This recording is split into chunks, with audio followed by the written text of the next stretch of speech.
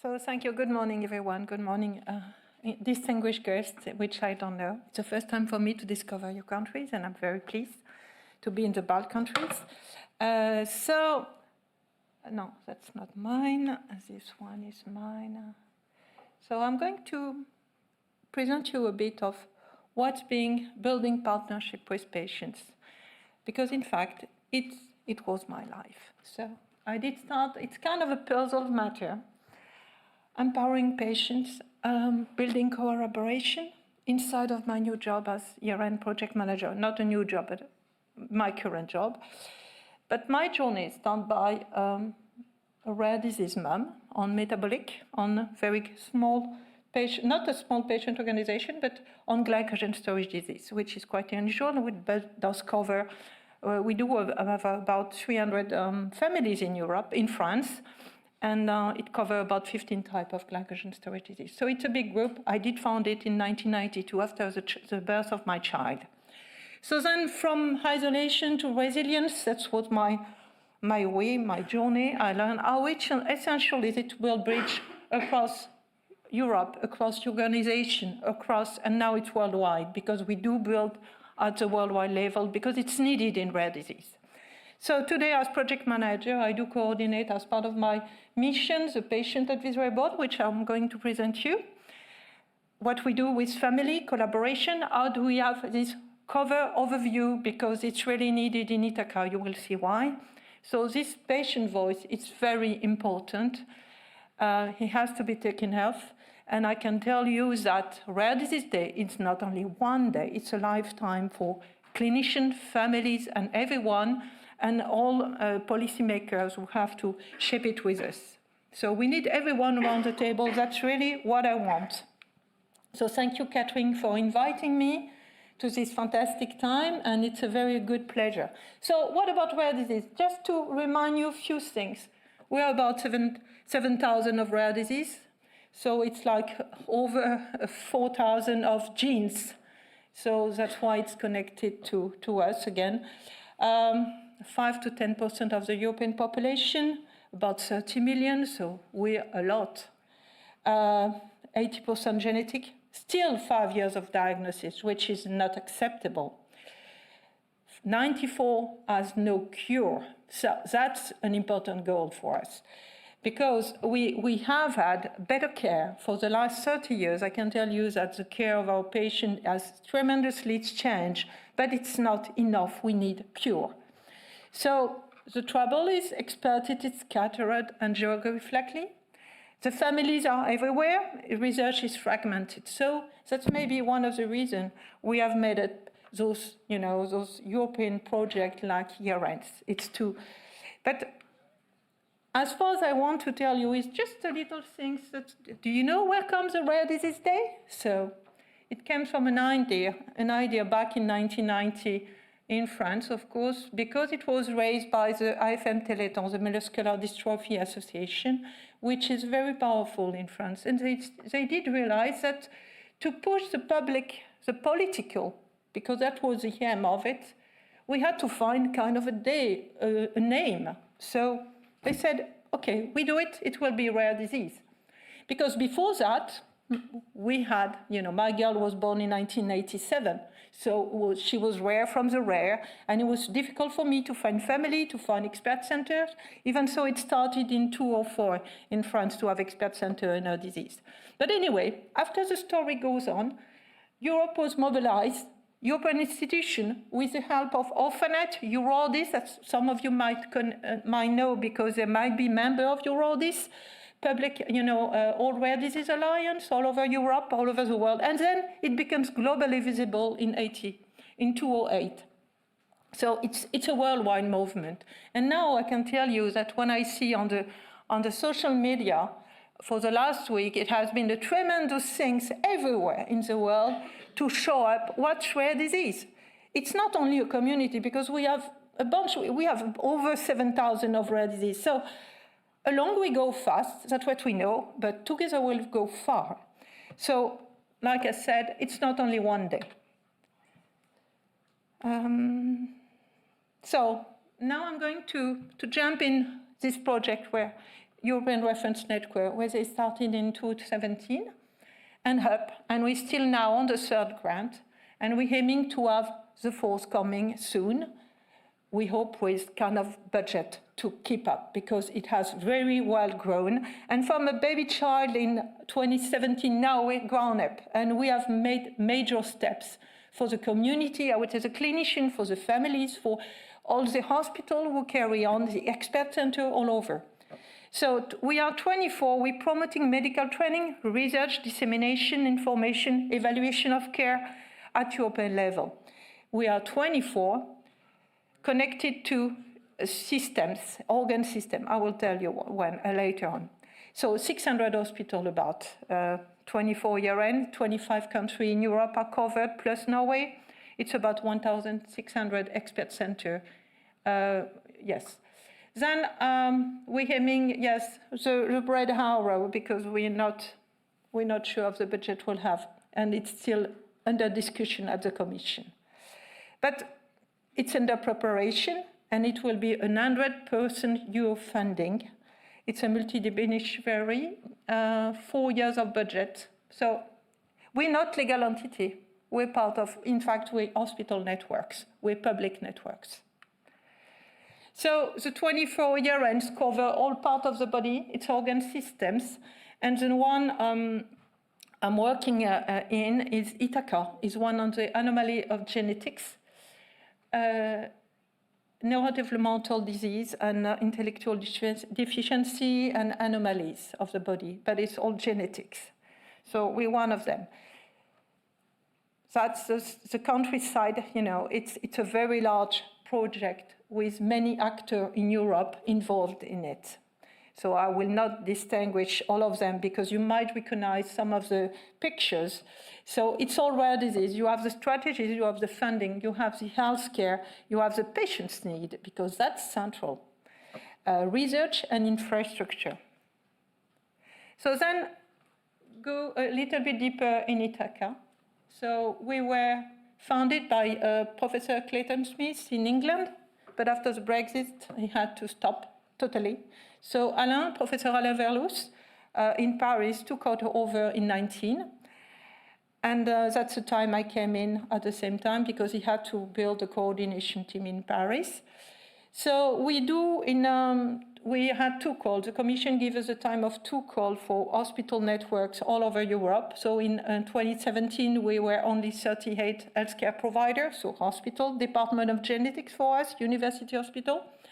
And now we went up to 71, but there were no calls since 22.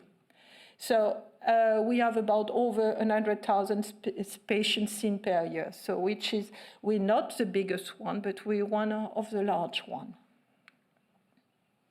So the landscape is this picture, and ITHACA refers to the odyssey of the diagnostic journey of a child with a rare developmental disease, and it responds to the need of patients with rare multiple malformations, syndromes, intellectual, and other neurodevelopmental and complex disease. So it's wide, in fact.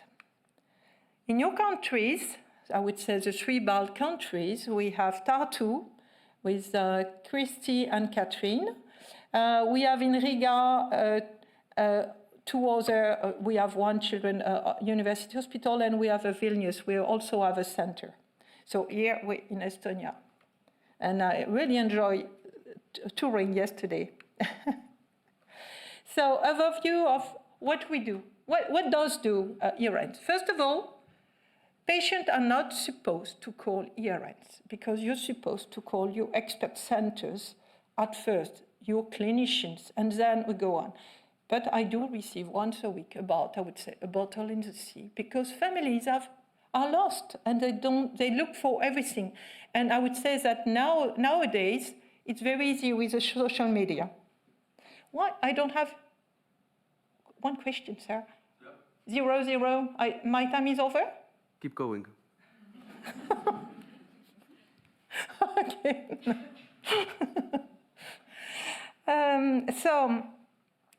We cover about the 5,000 of rare human genetic development disorders.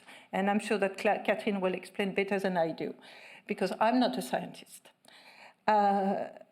Then we cover about 6 million European collectively, 1 or 2% of the population.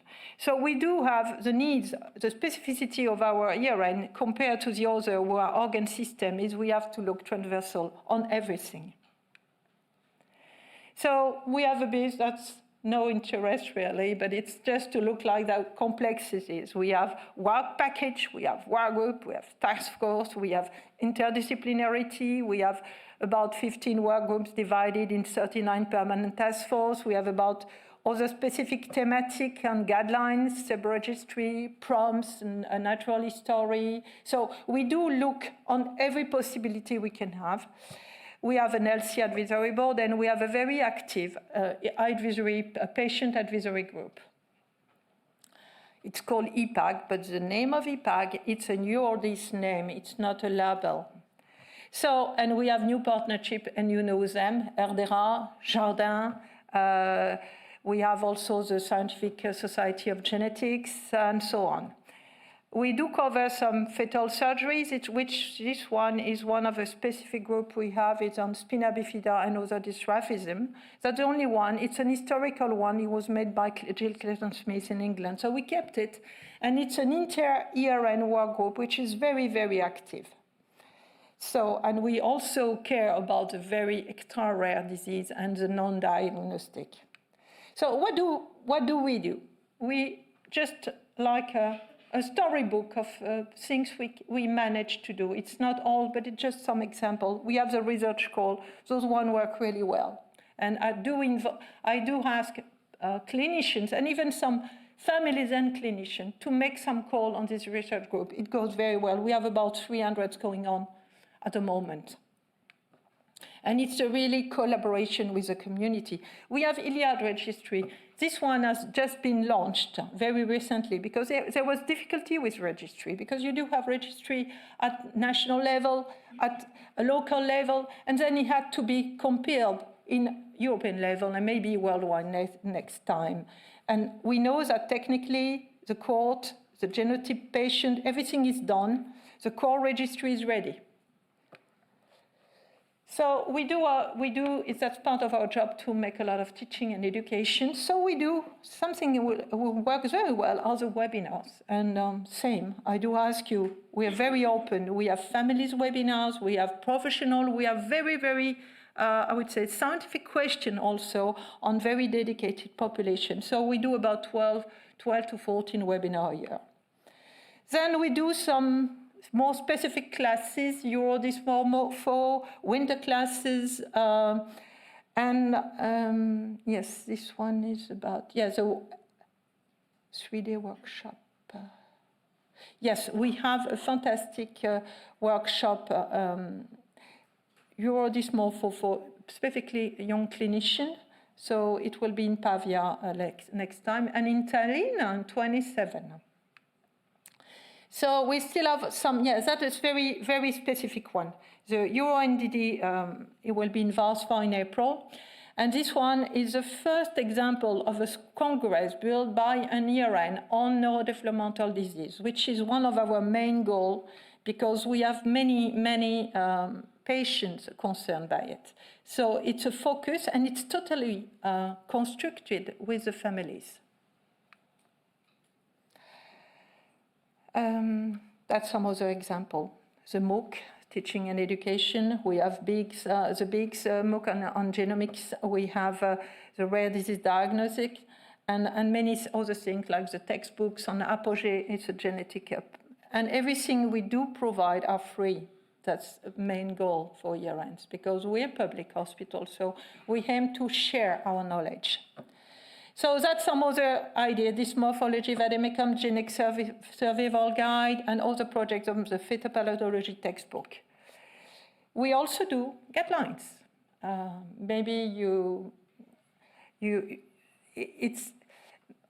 That's a question I do have many times for its family. We want to have our guidelines. We want to have our, but anyway, it takes about 2 to 3 years to make one, specifically at European level, because each guideline covers a lot of colleagues, families, we have to have, and each starting guidelines, we do have a patient groups inside of it. from the very beginning. So that's our work at the time going on, and we are very little team to coordinate. So we do really our best because, just to give you an idea, the Williams guideline, it's over 160 clinicians and family involved. So it's kind of and it's worldwide. We have Australian, we have American, we have European. So it's not easy to manage. So that's another things we can do is about prompts. But my talks is about what's the advisory board in ITHACA. We do cover. We have about 56 IPAGs, about 60 patient organizations connected to. When I say 56 IPAGs, in fact, it's patient organization, because I do believe in the representation of patient organization, not in individual representing his own disease. That could be useful for guidelines, but not as an advisory board. So we do cover at the moment only 42 syndromes. In many, maybe you will see some of you might know. So that's a new elected steering committee. So it's all elected things. So we have 7 members now, and we have 2 leaders who will be they have been re-elected this time. It's Dorica Dan from Romania and Tanya from Slovenia. So all of them are very active. What do they do? We engage them in many things we do. We have meeting inside. We involve them in ExCom because 2 of the members, the 2 leaders, the chairs, are members of the ExCom committee and the governance of ITHACA.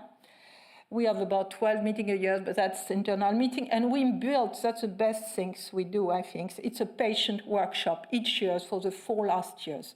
And each time it gains in quality. So we involve them in the newsletter, in the webinars, in all activity inside we built in ITHACA.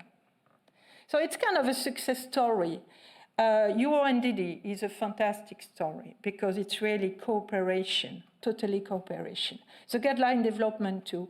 Orphanet classification has been made up with families, and we'll do start in few weeks. We have the first launch of classification for neurodevelopmental and ID deficiency disease, and it will be same, clinicians and families. So we have the co-leads webinars, and Angelman series has been one of the most popular we had lately.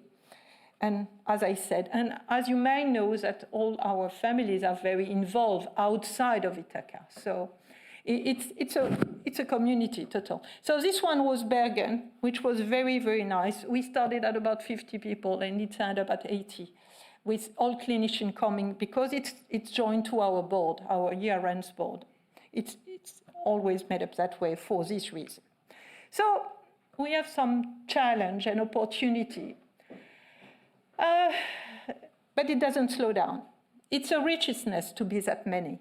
It's difficult because it's a growing number, so it has to start smart coordination. Sometimes it's not so smart, but we do cross-cutting patient advocacy, and transversal perspective is really needed.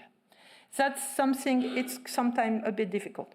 And the other goal, but unlimited as ambition is money. We all know that.